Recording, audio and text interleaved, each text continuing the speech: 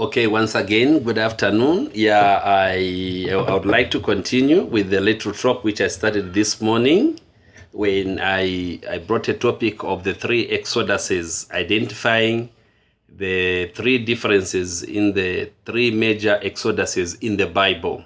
So I had pointed out that before that exodus happened, God provided a prophet, then he provided the pillar of fire, the angel of God, and then he provided a message which was actually the atonement, the message which Moses had, which delivered the children of Israel from the land of Egypt.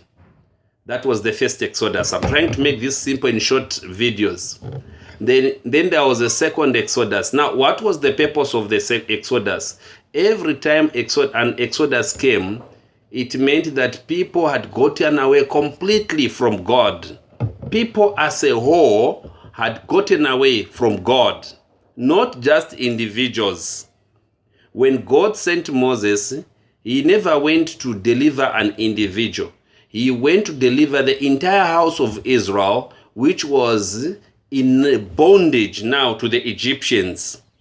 So when we come to the second exodus, the entire church of God, which was brought out, because the word church means the called out, the house of Israel, which was brought out from Egypt, and God placed them in the promised land, gave them the laws and the commandments of God.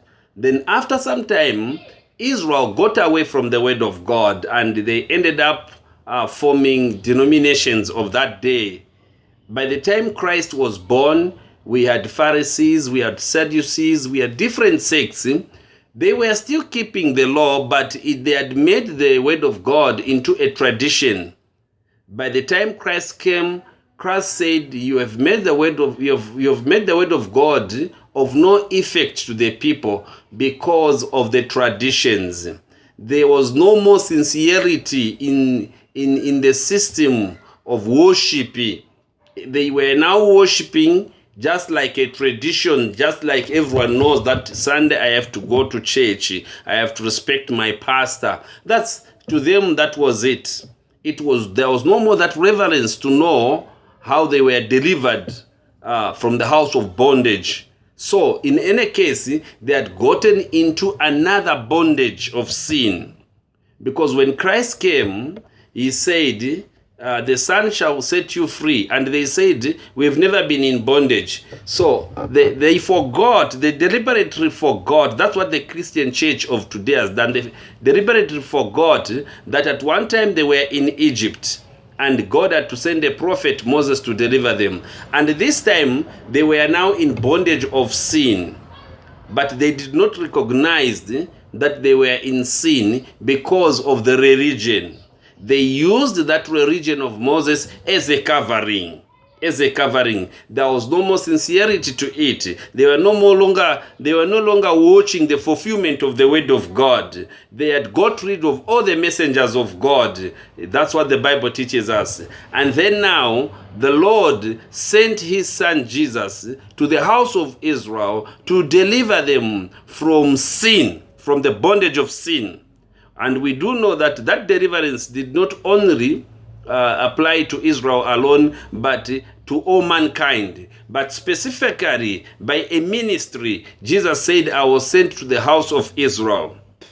And that was the second Exodus. He came to deliver them from Judaism. The house of Israel had gotten away from the commandments of God into what they called Judaism.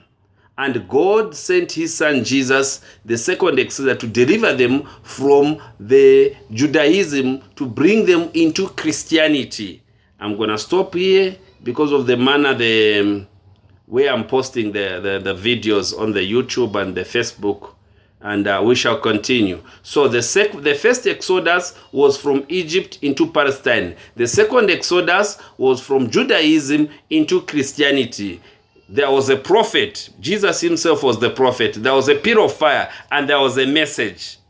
So all Exoduses had a message, a prophet, and the prophet, pillar of fire, and the atonement.